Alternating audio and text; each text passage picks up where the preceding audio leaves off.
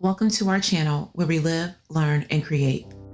Wealth they have and wealth you do not, because you ignore this one important principle in life that the wealthy have highly regarded since the fourth millennium BCE, before Common Era. When a life principle is violated, the opportunity becomes a loss.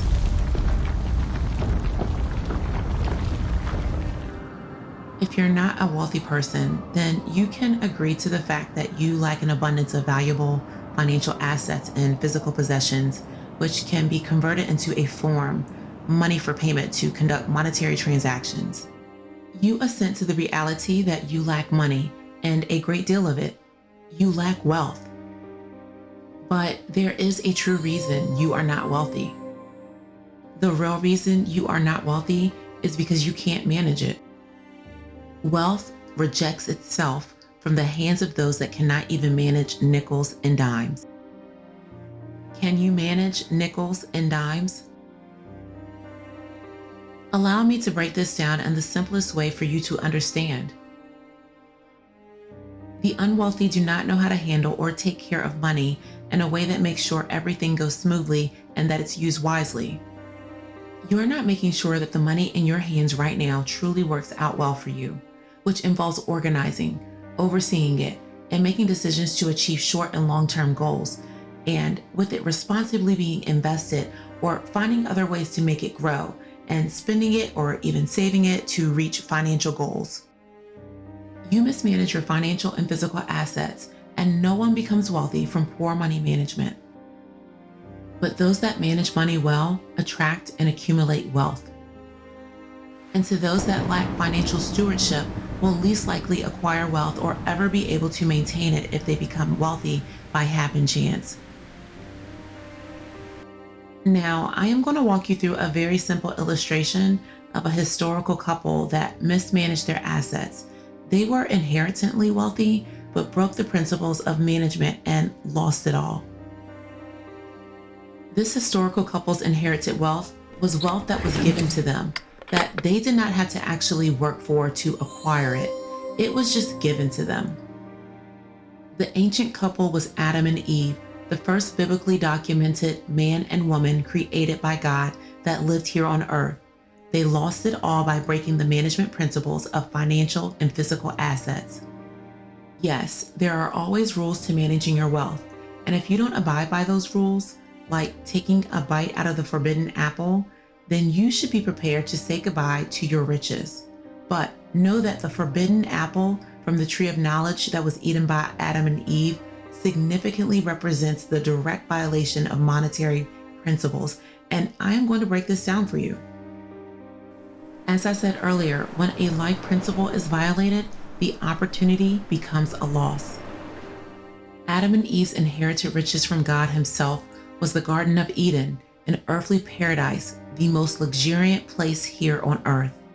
The Garden of Eden was so naturally luxurious, it was untouchable, running circles around extravagant places like Al-Bashara, Dubai, and Lucky Como, Italy, and Renali Island, Maldives, has nothing on the Garden of Eden.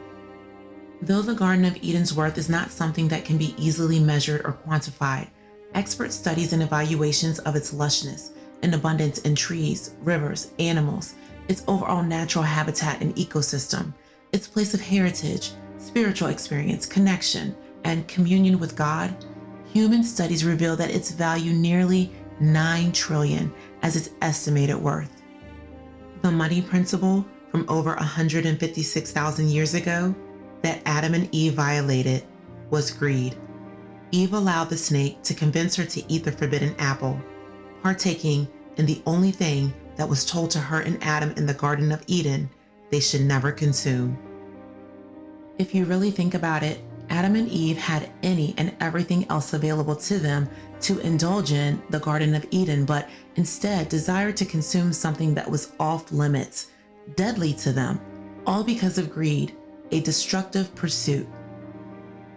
Greed is a destructive pursuit. Once a person desires or begins to crave something beyond what is necessary or reasonable, it involves an insatiable longing for more, and often at the expense of others or without regard for ethical considerations or long-term consequences. The intense and selfish pursuit of personal gain, often with little concern for the well-being of yourself and others and the broader penalties of your actions, is the exact reason you are not wealthy.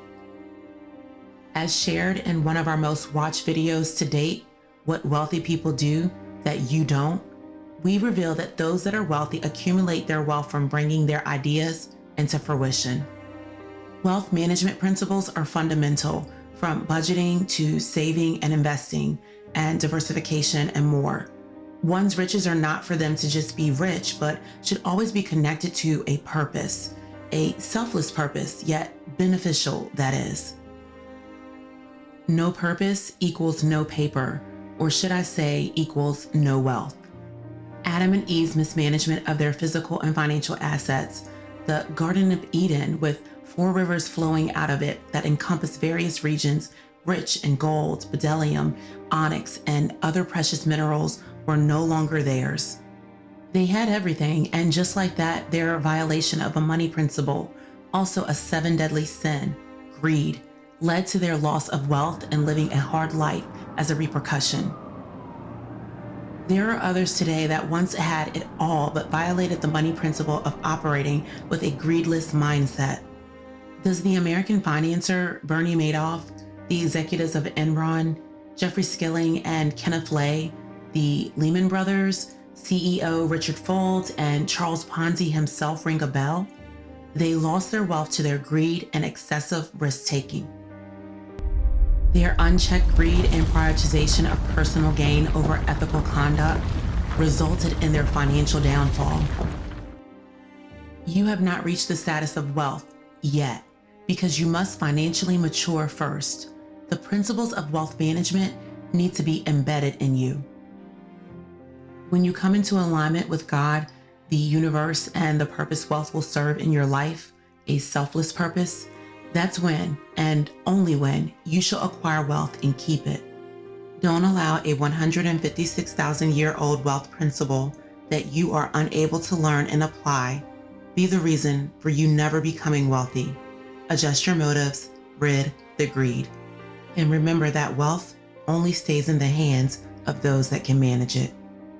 For more videos like this one, check out our Wealth Generation playlist.